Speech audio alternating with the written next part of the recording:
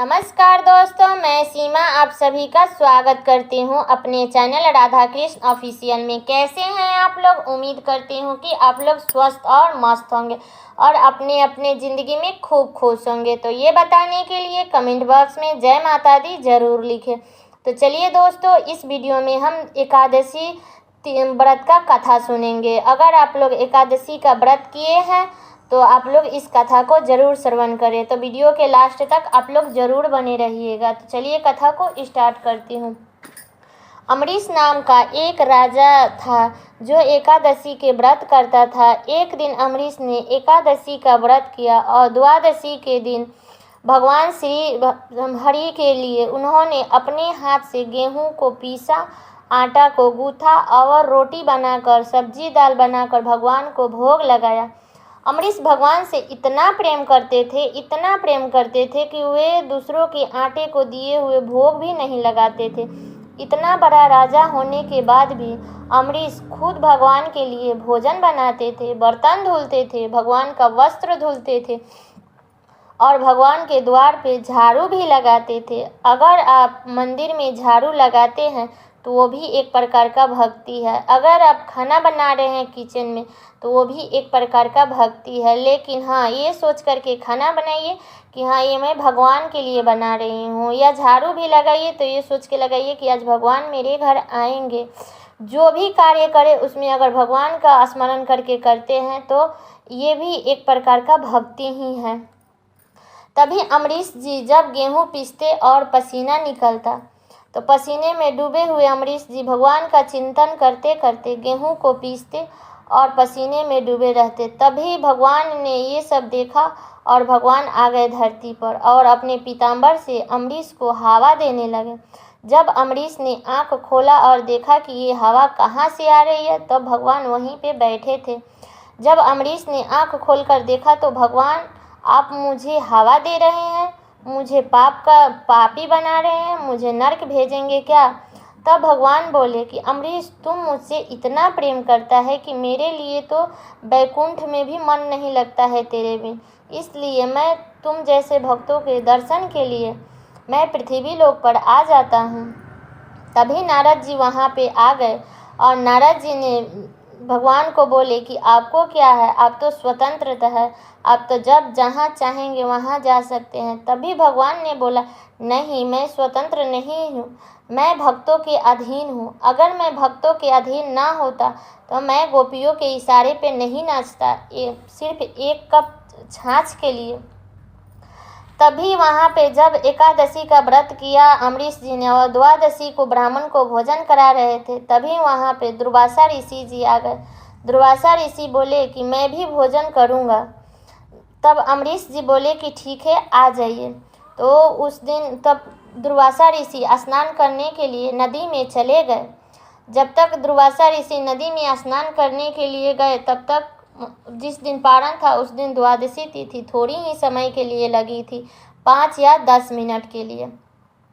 जब अम्बरीश जी ने देखा कि दुर्वासा ऋषि को लेट हो रहा है आने में, तो वो सोचे कि मैं अपना व्रत द्वादशी में ही खोल लेता हूँ। क्योंकि जब भी आप एकादशी का व्रत रखें तो आपको ये ध्यान रखना चाहिए कि आपको या तो 2 मिनट के लगे या 5 मिनट का लगे द्वादशी तिथि। क्योंकि कभी कभार थोड़ी से समय के लिए द्वादशी तिथि लगती है, उसके बाद त्रयोदशी तिथि प्रारंभ हो जाती है।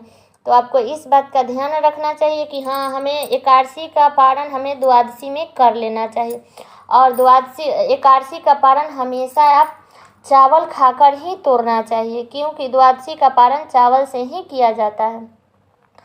तब तक जब देखे कि अम्बरीश जी देखे कि दुर्वासा ऋषि को आने में लेट है, वो क्या किए कि भगवान शालिग्राम भगवान के चनामृत पी करके और अपना व्रत खोल लिया।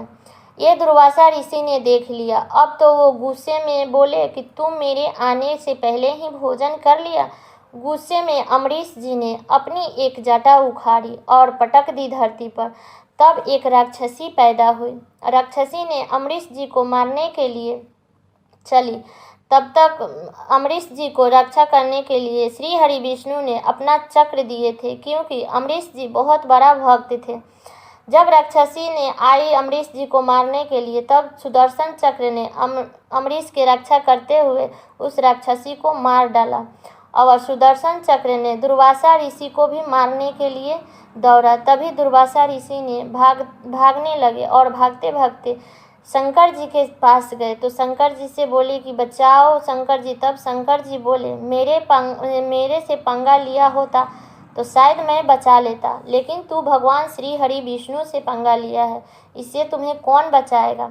तब दुर्वासा ऋषि ने ब्रह्मा जी के पास चले गए। तब ब्रह्मा जी बोले कि मेरे पास मत आओ, मैं नहीं बचाऊंगा। अब दुर्वासा ऋषि को ब्रह्मा जी बोले कि जाओ श्री हरि विष्णु के शरण में चले जाओ। तब दुर्वासा ऋषि ने श्री हरि विष्णु के शरण में गए और बोले कि भगवान आपका सुदर्शन मेरा पीछा कर रहा है, बचा लीजिए, नहीं तो ये मेरा सर काट देगा। तभी श्री हरि विष्णु जी ने बोले कि अगर तू मेरा अपमान किया होता तो मैं तुझे माफ़ कर देता, लेकिन तू मेरा अपमान नहीं किया है, तू मेरे भक्त का अपमान किया है, तो इसलिए मैं तुम्हें नहीं बचा सकता। तब दुर्वासा ऋषि बोले कि तब मैं क्या करूं नारायण। तब श्री हरि नारायण जी बोले कि तुम अम्बरीश के चरण में चले जाओ, अगर वो अम्बरीश बोल देगा सुदर्शन चक्र रुक जाए तो वो रुक जाएगा। तब दुर्वासा ऋषि ने बोले कि अम्बरीश, मैं समझ गया कि तुम कितने बड़े भक्त हो, तुम ही मेरा रक्षा कर सकते हो। तब अम्बरीश जी ने दुर्वासा ऋषि को उठाया और गले से लगा लिया और बोले कि हे ब्राह्मण देवता, आप मुझे पाप नरक भेजेंगे क्या। तभी वो बोले हाथ जोड़ करके अम्बरीश जी बोले कि सुदर्शन चक्र को कि आप रुक जाइए। तभी से ये सिद्ध हो गया कि भगवान से बढ़ के भक्त होते हैं। अगर भगवान को आप अपमान करते हैं तो भगवान क्षमा कर देते हैं, लेकिन अगर आप भक्त का अपमान करते हैं तो भगवान भी क्षमा नहीं करते हैं। तो इसलिए हमें सदैव भक्त का भी सम्मान करनी चाहिए और भगवान का भी सम्मान करनी चाहिए। तो चलिए दोस्तों, ये मेरा वीडियो यहीं तक का था। कैसा लगा ये कथा आप लोग कमेंट करके ज़रूर बताइएगा। अगर आप लोग चैनल पे पहली बार आए हैं तो चैनल को सब्सक्राइब कर दीजिए, बेल आइकन को प्रेस कर दीजिए और ज़्यादा से ज़्यादा शेयर कर दीजिएगा और लाइक तो ज़रूर कीजिएगा। तो चलिए मिलती हूँ अगले वीडियो में, तब तक के लिए नमस्कार।